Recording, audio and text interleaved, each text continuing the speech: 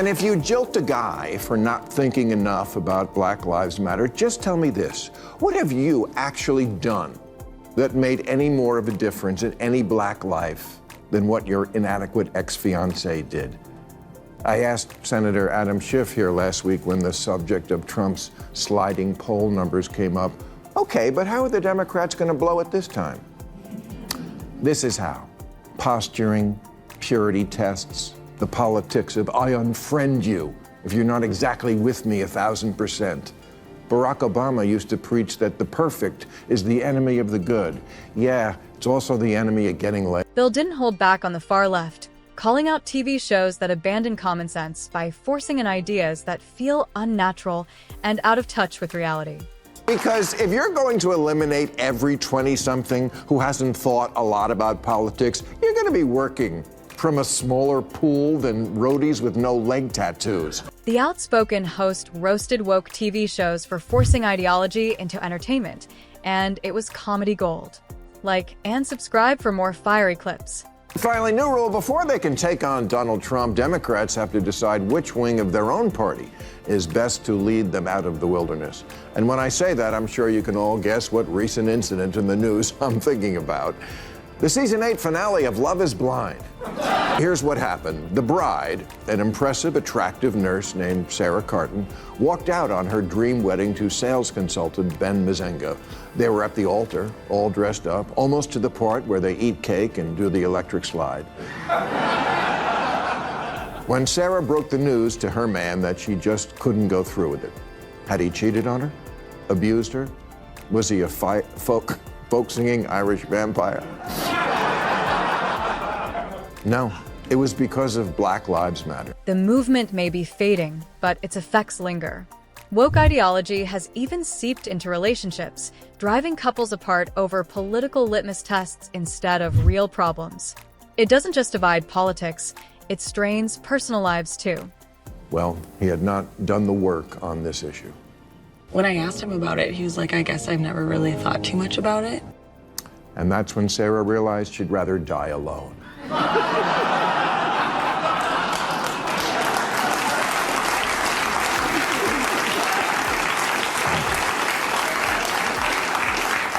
Because love isn't blind, it's woke. Well, now, to be fair to Sarah, it wasn't just Black Lives Matter. Ben also didn't have much to say about the vaccine. And his position on trans was basically, I don't know, I guess.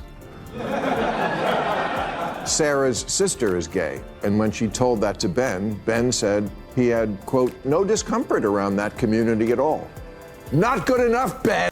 She didn't leave because love failed or trust was broken. She left because he wouldn't perform the right opinions. Neutrality was treated as guilt. That's the real problem.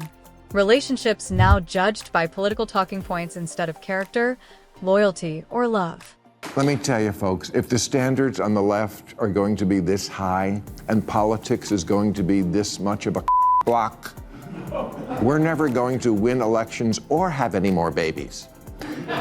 This inclination from certain liberals to always and immediately excommunicate instead of communicate is what makes them so unlikable. And I'm sorry, Sarah, to make you the poster child for this, but come on. I mean, look at this stiff. What'd you expect? The modern left's biggest problem is its purity tests. The standards keep shifting. First, disagreeing was unacceptable. Then neutrality became guilt. If you're not loudly aligned on every issue, you're excluded. That mindset replaces tolerance with conformity and turns relationships into ideological screenings instead of human connections. Okay, you're a much better person than he is. You win. And by win, I mean lose. Christ, first we couldn't date people who had opposite political beliefs. Now we can't even date them if they have no opinion at all? It's enough to make you lose faith in finding true love on a reality streaming series.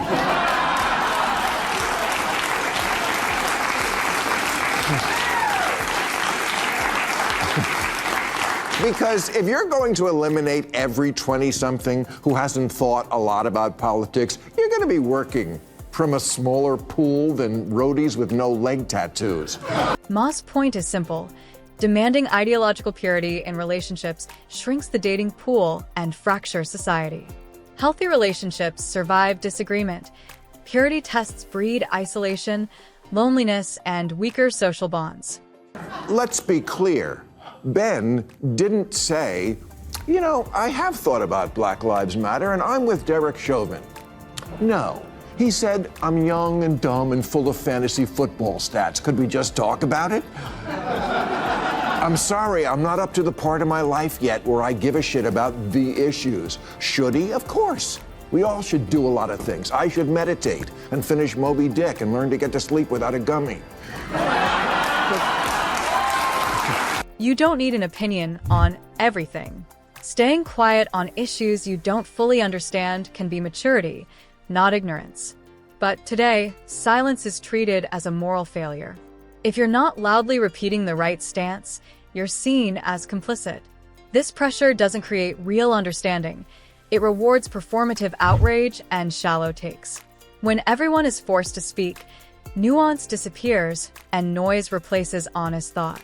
Ben hasn't turned his life over to being a social justice warrior yet because he's preoccupied with trying to get his life going. Possibly because he's worried about having the means to support the woman he thought he was going to marry, who seems rather demanding and particular. The guy must also have a nice car and make over $100K a year. Okay, but you know, how many 6'2" Grand Prix drivers are there? We don't all need to turn a social cause into a personal crusade. Not everyone is built to fight cultural battles, and that's okay. If someone simply doesn't care about woke culture or its impact, that isn't hostility or moral failure. It's just a different set of priorities. People focus on family, work, faith, creativity, or living quietly, and none of that makes them lesser or complicit. A healthy society leaves room for activists, critics, and those who just want to mind their own business. The real problem begins when neutrality isn't tolerated and everyone is forced to pick a side.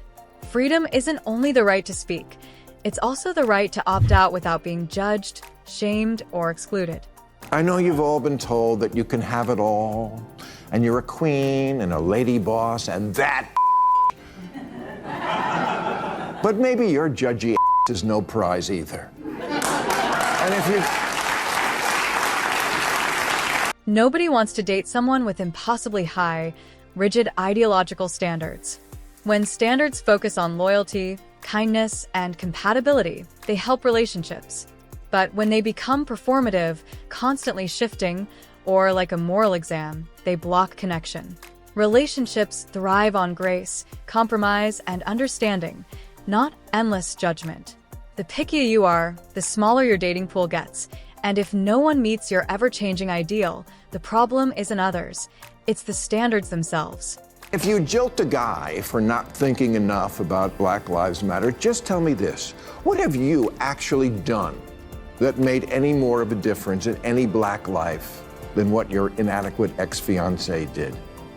I asked Senator Adam Schiff here last week when the subject of Trump's sliding poll numbers came up. Okay, but how are the Democrats going to blow it this time? This is how. Posturing, purity tests, the politics of I unfriend you if you're not exactly with me 1,000%. Ma is warning that the left's focus on woke excess, cancel culture, and performative outrage is politically dangerous. Voters don't reward grandstanding. They want clarity, competence, and real solutions. Constant purity tests, shaming, and silencing dissenters shrink support rather than build it. If Democrats hope to win, they must stop preaching to themselves and start appealing to how the country actually lives, not how activists wish it did. Time for the media to admit that they blew the whole thing way out of proportion, because as always with media these days, they don't cover what's most important, just what's most fun to watch. There are 15.2 million college students in the U.S., and 2,300 have been arrested. That's 1/67th of 1%, and half of the ones in New York weren't even students. But we were given the false impression that these protesters are the voice of their generation, having found a cause for which they were willing to go to the tents and to the barricades. Oh, please, these kids are more violent when their team wins a champ. In short, Maher's warning is clear. Woke culture is now creating real social and political consequences. By turning relationships, communities, and politics into ideological tests, the left alienates ordinary people and voters alike. Neutrality, disagreement, or silence are punished, and performative outrage is mistaken for broad appeal. History shows this strategy doesn't win elections or build stable communities. Narrowing participation backfires. Social cohesion and political success require inclusivity, not constant gatekeeping.